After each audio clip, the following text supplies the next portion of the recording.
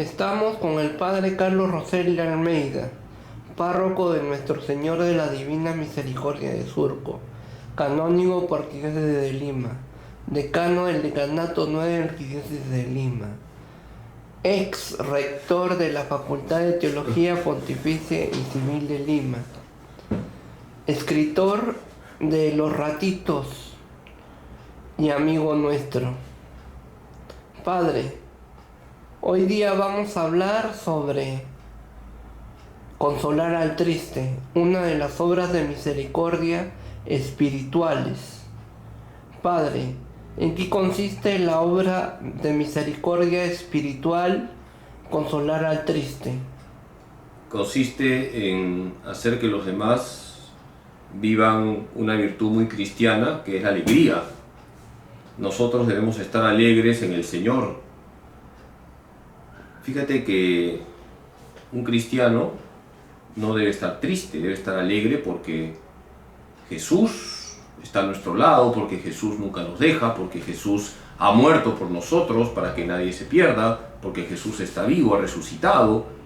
Hay muchos motivos para estar alegres, por eso estamos llamados a hacer que una persona que esté triste descubra la verdadera alegría que consiste en ese encuentro con Jesús.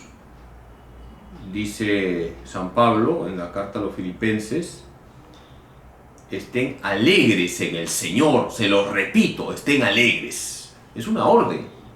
San Pablo en los Filipenses no dice, por favor,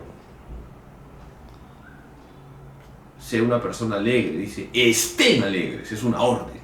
Así que hay que estar alegres porque Dios está con nosotros. ¿Qué nos exige, qué nos obliga, qué nos compromete la obra de misericordia espiritual Consolar al Triste? Dos dimensiones. En primer lugar, nosotros debemos estar alegres, por ahí se empieza. ¿Cómo voy a alegrar yo la vida a los demás si yo no he descubierto lo bonito que es vivir con Jesús? Por eso es muy importante que, en primer lugar, estemos convencidos que quien siga a Cristo debe estar alegre. Y en segundo lugar, y es la segunda dimensión, hay que preocuparnos de que las personas que están a nuestro lado no estén tristes. La tristeza siempre genera parálisis, la tristeza hace daño, la tristeza nos tira al suelo. Si uno ve que una persona está triste, en primer lugar hay que rezar por esa persona, hay que ser solidarios con el dolor de esa persona, y por otro lado hay que animarlas a las personas tristes con palabras de aliento, palabras de consuelo, palabras de ánimo, mostrándoles que pase lo que pase, el Señor siempre está cerca de nosotros y es el Señor quien nos alegra la vida en definitiva. ¿Cómo salir de ese bajón sentimental, ese bajón emocional que tenemos a veces? Es que nosotros debemos estar convencidos que nadie con sus propias fuerzas puede salir de un bajón espiritual, de un bajón anímico. Necesitamos del Señor. Jesús es el mejor psiquiatra, Jesús es el mejor psicólogo, Jesús es el mejor médico. Así que a buscar a Jesucristo, a tener un profundo encuentro con Cristo, es imposible que podamos salir del hondo del pozo si nosotros no tenemos un profundo encuentro con Cristo. Así que a estar con Jesús, a tratar a Jesús, a dejarnos transformar por Cristo y por el Espíritu Santo. No te olvides que uno de los frutos del Espíritu Santo es el gozo, la alegría. Si dejamos que el Espíritu Santo nos transforme, vamos a estar alegres. ¿Quiénes son las personas más indicadas, más idóneas para salir de esa depresión, de ese bajón anímico, emocional, sentimental? Las personas que están sufriendo, que tienen tristezas profundas en sus corazones, deben también pedir ayuda. Hay que ser humildes. Si uno está triste, si uno está desanimado, si uno está desinflado, hay que pedir ayuda. Seamos humildes. No pensemos equivocadamente que nos bastamos a nosotros mismos para superar una crisis. Nadie se salva solo. Tenemos que buscar ayuda. La iglesia es una comunidad viva, una comunidad donde nos ayudamos los unos a los otros, y eso toca esta obra de misericordia. Si yo veo que alguien está triste, yo tengo que ayudar a esa persona. La iglesia es una comunidad orante, es una comunidad donde se vive la verdadera alegría y donde nadie debería estar triste. ¿Cómo se puede estar más reconfortados y dejar o hacer a un lado la soledad?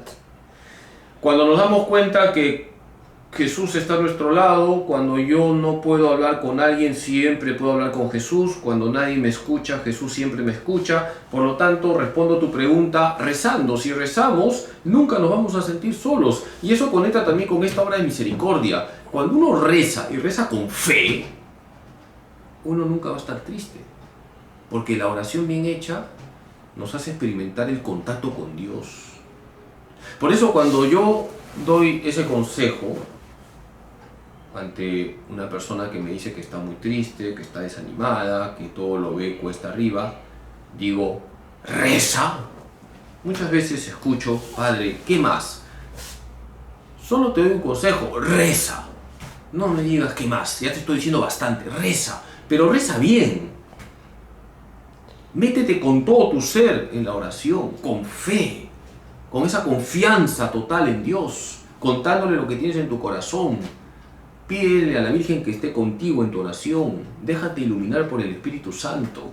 Escucha la palabra de Dios. Lleva a la oración la palabra de Dios. Te dejo un texto, por ejemplo, Freddy. Ahora que te veo medio bajoneado, de repente es porque no has almorzado. Juan 16:33. Ánimo.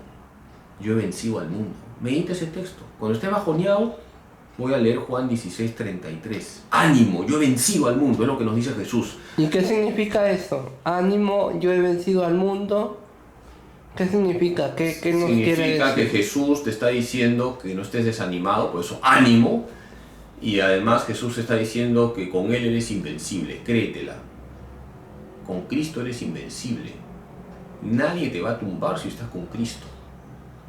Yo he vencido al mundo, dice Jesús. Si tú estás con Cristo, eres del equipo ganador, que no se te olvide. Y si estás en el equipo ganador, debes estar alegre.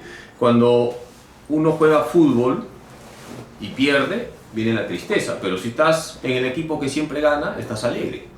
¿Y cuál es el equipo que siempre gana? Cienciano, del Cusco. No es el Cristal, es la iglesia. Y después de la iglesia es Cristal. El equipo ganador es la iglesia católica.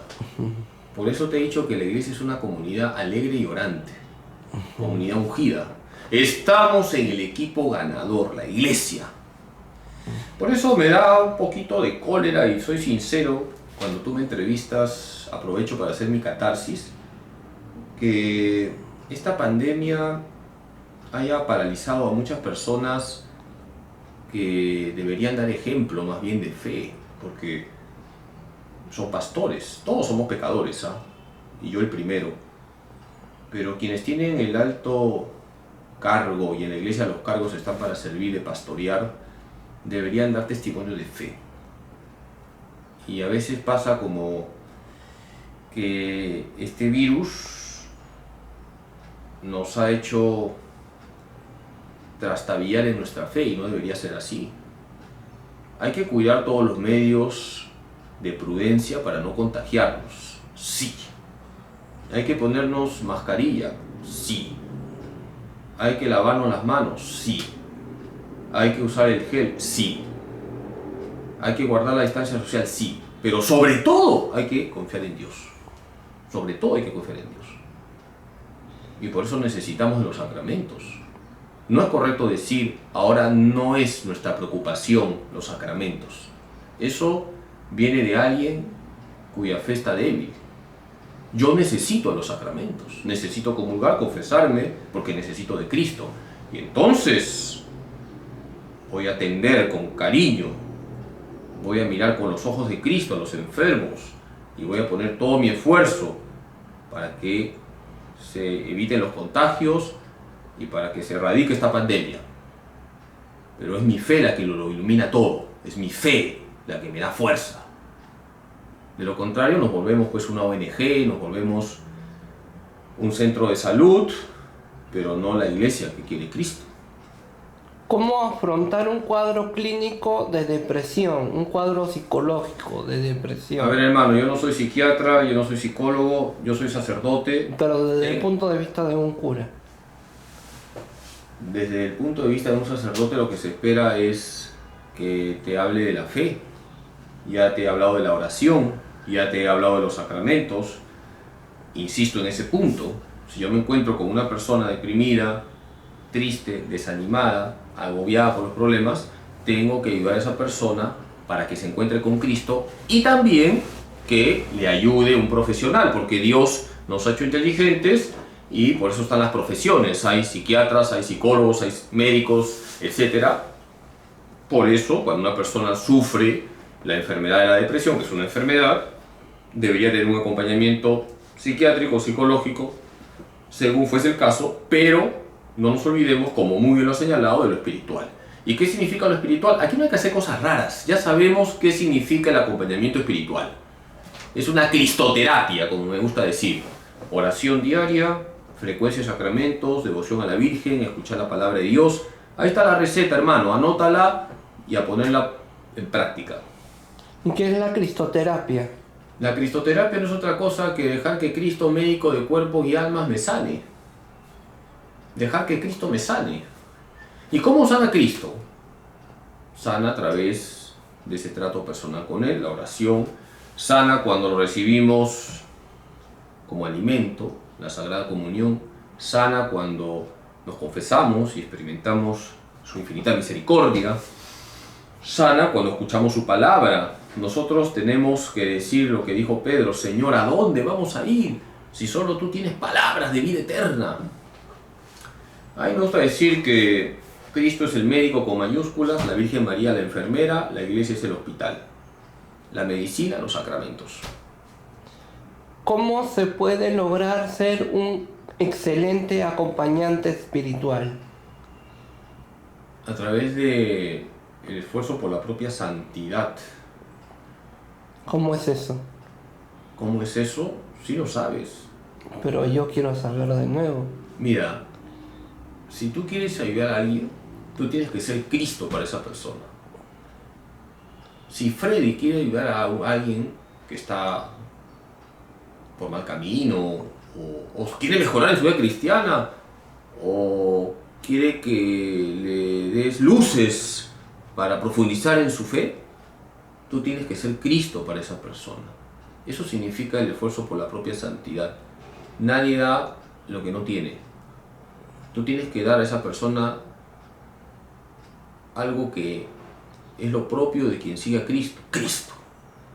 ¿Qué da un manzano? Manzanas. ¿Qué da un naranjo? Naranjas. ¿Qué da la vid? ¿Qué da? Uvas. Muy bien. ¿Y qué tienes que dar tú a los demás? ¿Qué tienes que dar tú a los demás? Amor. Misericordia. No me florees. Tú tienes que hacer que esa persona tenga un encuentro con alguien que está vivo. Tú tienes que hacer que esa persona se encuentre con ¿quién? Con Cristo. Pues tú tienes que ser Cristo para que esa persona se encuentre con Cristo. Y así como el manzano da manzanas, tú das Cristo a los demás. Y así vas a acompañar correctamente a la persona que estés a tu lado. Tú no tienes que lucirte, el que se tiene que lucir en tu vida es Cristo. ¿Cómo se afronta un cuadro de trauma posaborto o un trauma posparto? ¿Cómo se afronta? Ahí viene una depresión, un bajón. Sí, pero volvamos a la cristoterapia. Ya sabes lo que tienes que hacer para ayudar a esa persona. A esa persona hay que colocarle un plano inclinado que la va conduciendo a un encuentro cada vez más profundo con Jesús. Y así han obrado los santos. Aquí no hay cosas raras. Aquí ya todo está dicho. En el Evangelio está todo. En el Evangelio está todo. El Evangelio nos marca una pauta. Jesús pide a sus discípulos que lo anuncien. Jesús, cuando manda a sus discípulos en ese texto donde se dice que los envió de dos en dos, les indica que cuando lleguen a una casa digan paz. Tú estás para llevar paz. Y dice San Pablo en Efesios 2:14 que Cristo es nuestra paz. O sea, si tú llevas a Cristo, llevas paz a esa persona que ha tenido un trauma, que ha tenido una experiencia dolorosa, que ha cometido un pecado grave. Llevas paz porque llevas a aquel que es el único que puede llevar paz a la vida de las personas y que se llama Jesucristo. ¿Cuál es el más indicado para consolar al triste? ¿Un psiquiatra? ¿Un psicólogo? ¿Un cura? Tu pregunta es muy interesante y te respondo: todo bautizado. Todo bautizado. Así como todo bautizado está llamado a ser santo. Y Jesús lo dice: sean perfectos como vuestro Padre Celestial es perfecto. Mateo 5:48. Y San Pablo dice: esta es la voluntad de Dios, que sean santos. Primera de Tesalonicenses 4:3. Lo mismo. Todo bautizado que está llamado a la santidad, todo bautizado que está llamado a ser otro Cristo, está llamado a alegrar la vida de los demás, está llamado a acompañar a los demás, está llamado a ejercer ese pastoreo misericordioso. Por lo tanto, cuando hablamos de la obra de misericordia de alegrar al triste, estamos diciendo: todo bautizado tiene esa misión. La iglesia está llamada a ser un ámbito de verdadera alegría. Pero en realidad, para ser más explícitos y específicos, ¿qué es la verdadera felicidad? ¿Qué es la verdadera alegría? ¿Algo banal, algo superfluo, algo superficial o algo más profundo? Tú mismo vas a responder tu pregunta tan profunda. ¿Tú has sido creado por quién? Por Dios. Ya. ¿Y has sido creado por Dios para vivir eternamente aquí en este mundo? ¿O cuál es tu destino eterno, Freddy? ¿Vivir con quién por toda la eternidad? Con Cristo. Muy bien. Entonces tú has sido creado por Dios para vivir con Dios por toda la eternidad. Solamente en Dios está la verdadera felicidad. Respondo a tu pregunta con lo que decía Santa Teresa de Jesús: solo Dios basta. ¿De acuerdo? Solo Dios basta. Punto. Busquemos a Dios. Pongamos orden en nuestra vida. Dios es nuestro fin último.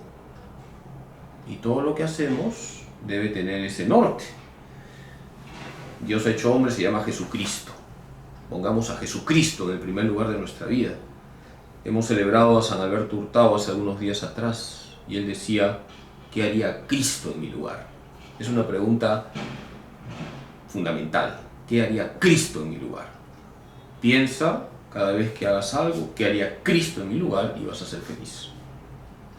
¿Cómo evitar el suicidio de mi ser querido cuando afronta un shock, un trauma, algo impactante que lo paraliza? ¿Cómo enfrentar el suicidio? ¿Cómo socorrerlo? ¿Cómo auxiliarlo ante la pérdida de un ser querido? Ante el abandono de la chica o el chico de tus sueños, ante la quiebra o de la canasta familiar. ¿Cómo afrontar eso, el suicidio? ¿Cómo evitar el suicidio? ¿Cómo evitar el suicidio? Estando atentos a las personas que vemos que están en esa situación. Y eso se ve en el rostro. Hay que ver los rostros. Fíjate en el rostro de tu hermano. Ahí se ve su situación. Ahí se ve cómo está. El rostro es el espejo del alma. Y si ves que esa persona está triste, desanimada, desencajada, pregúntale: ¿qué te pasa? Y si tú ves que hay peligro de que se quite la vida, es el momento de un acompañamiento fuerte, es el momento de orar con esa persona, es el momento de llevarla a un sacerdote, es el momento de estar muy pendiente de esa persona. Hay que llegar antes. Agradezco tu pregunta porque no esperemos que ocurra. Hay que llegar antes. Y se llega antes cuando uno mira con los ojos de Cristo. Miremos con los ojos de Cristo y vamos a evitar estas desgracias. Porque muchas veces no miramos con los ojos de Cristo. Como dice el Papa Francisco, nos hacemos los distraídos. Que no nos hagamos los distraídos, Freddy. Ya termino esta entrevista diciendo que hay que pedir la gracia de la verdadera alegría para poder alegrar a los demás. Y la verdadera alegría tiene un rostro tiene un corazón, tiene un nombre, se llama Jesús. Y si Cristo está en nosotros, comunicaremos la buena noticia. Jesús nunca nos falla. Padre, para terminar, ¿el suicida comete un pecado contra la vida y se va al infierno? ¿Sí o no? Te has vuelto medio periodista inquisidor. Siempre he sido el inquisidor. Mira, Freddy, esa pregunta no se puede responder sí o no. Dios es el juez. Yo desde afuera puedo ver que la persona se suicida, pero yo no soy Dios para conocer lo que hay en su corazón. Por eso la Iglesia enseña un principio en la teología moral, lo voy a decir en latín y no para pulirme, sino porque se dice en latín y luego se traduce, de internis neque ecclesia, que significa sobre lo que ocurre en el interior del hombre, ni la Iglesia juzga, el juicio es de Dios. Objetivamente está mal, hay que respetar nuestra vida, objetivamente. Es más, el suicidio es un pecado contra el quinto mandamiento. ¿Cuál es el quinto No mandamiento? matar. Pero yo no sé qué ha pasado en el corazón de esa persona. De repente es un demente, está con un gran desequilibrio mental, no está en sus cabales. Eso Dios lo sabe, ni tú ni yo. Por eso cuando escuchamos se suicidó tal persona, rezamos por su alma. El juez es Dios. Objetivamente está mal, por supuesto, nadie va a aplaudir un suicidio. Que quede claro. Nadie va a aplaudir un suicidio. Objetivamente está mal. Es un atentado contra el quinto mandamiento. ¿Qué ha pasado en el corazón de esa persona? Ni tú ni yo lo sabemos. Por eso rezamos por su alma. Yo no sé si está en el infierno. Yo no soy Dios. Yo no sé si en el último segundo de su vida pidió perdón. Y como yo no lo sé, rezo por el alma de esa persona. Así que gracias por tu entrevista. Que Dios Todopoderoso les bendiga en nombre del Padre, del Hijo y del Espíritu Santo. ¡Ánimo! Fue el padre Carlos Rosel de Almeida, párroco de Nuestro Señor de la Divina Misericordia de Surco, canónigo por Arquidiócesis de Lima, decano del Decanato 9 de la Arquidiócesis de Lima, ex rector de la Facultad de Teología Pontificia y Civil de Lima, amigo nuestro, escritor de Los Ratitos y sobre todo de Un Ratito con los Santos, imperdible. Gracias, Padre, que Dios lo bendiga. Por todo lo que has dicho, por tu presentación tan larga, te vas a ir al cielo teniendo solamente un día de purgatorio. Que el Señor les bendiga. Fue una entrevista de Freddy Armando Romero Paredes. Gracias.